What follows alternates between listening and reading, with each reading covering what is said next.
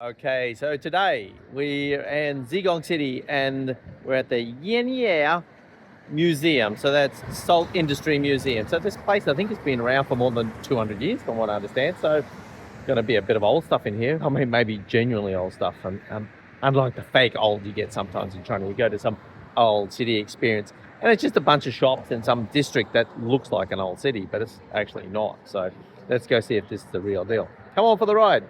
Tickets in hand, so they're 35 RMB at the time of recording. We've got a lovely little bit of history in there that sort of commemorates what's in the location. So the original guild hall is what's translated into English on Wikipedia page, was established some 200 years ago, but this modern museum was established in 1959 with our dear friend Dao Xiaoping, who of course went on to do a whole lot more for China than coming up with a salt museum. Let's go inside.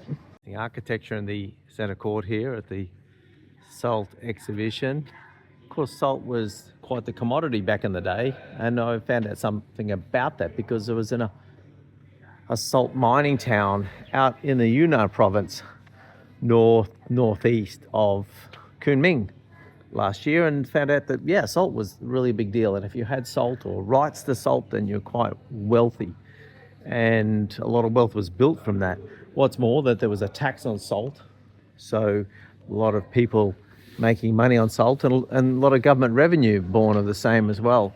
And accounting for that, a lot of economic development and a lot of city development was funded by salt taxes. Let's go find out more about that, eh?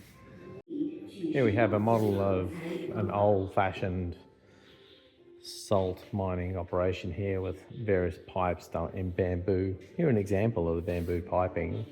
It's really intricate and quite complicated with all this that they went to just to get their salt out. Of course, as the different technologies evolved, they went with steam pumps, they went with steam engines replacing bullocks and human power, and ultimately machine-based.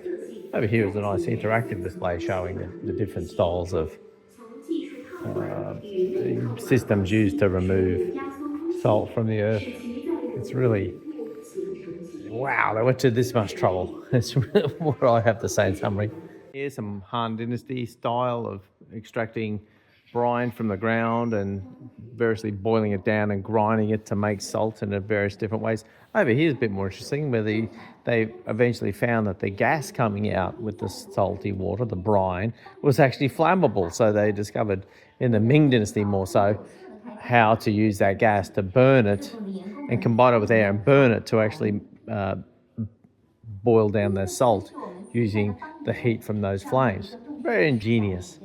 Very interesting. So accounting here is the history of the salt industry contributing to the national well-being.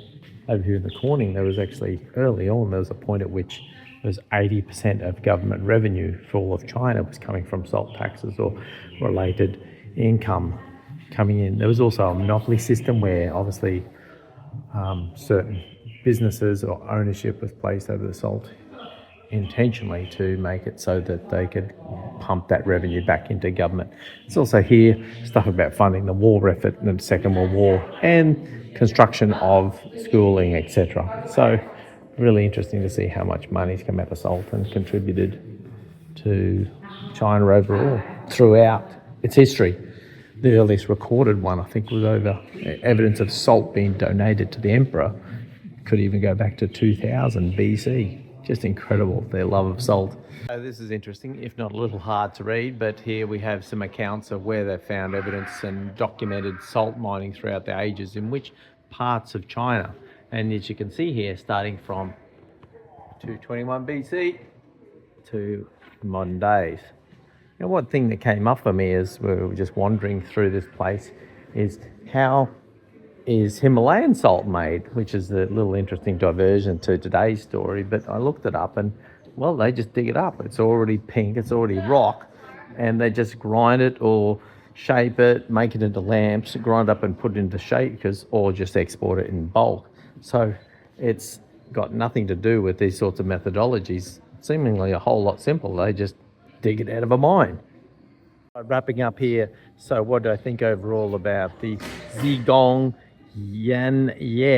Salt Industry Museum. Look for 35 kwai, so 35 yuan, and what, 5 yuan for parking. Look, great value as far as I'm concerned.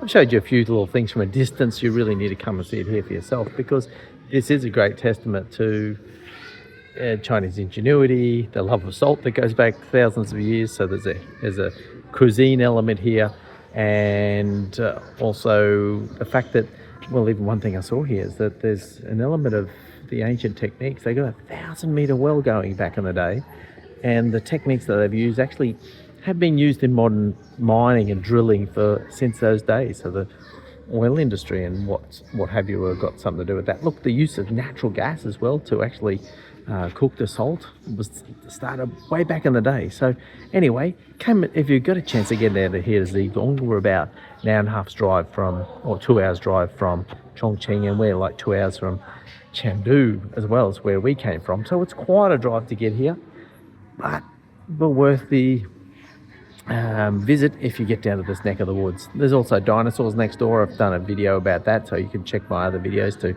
see a little bit about the dinosaur and the fossil history here at Zigong. But yeah, great corner of the world, and look, it's not a bad looking day today. So anyway, if you like this video, of course, my name's John Naylor from Deja Vu Travel Magazine, and if you've got comments, please put them below. If you've got questions, please put them below. If you need help with a holiday in China, then feel free to actually make contact, because there are various ways I can help you out there as well, with local on the ground support, or just help before you travel to help out, make decisions about where to go in China, particularly if you're going to do it independently, which I highly recommend.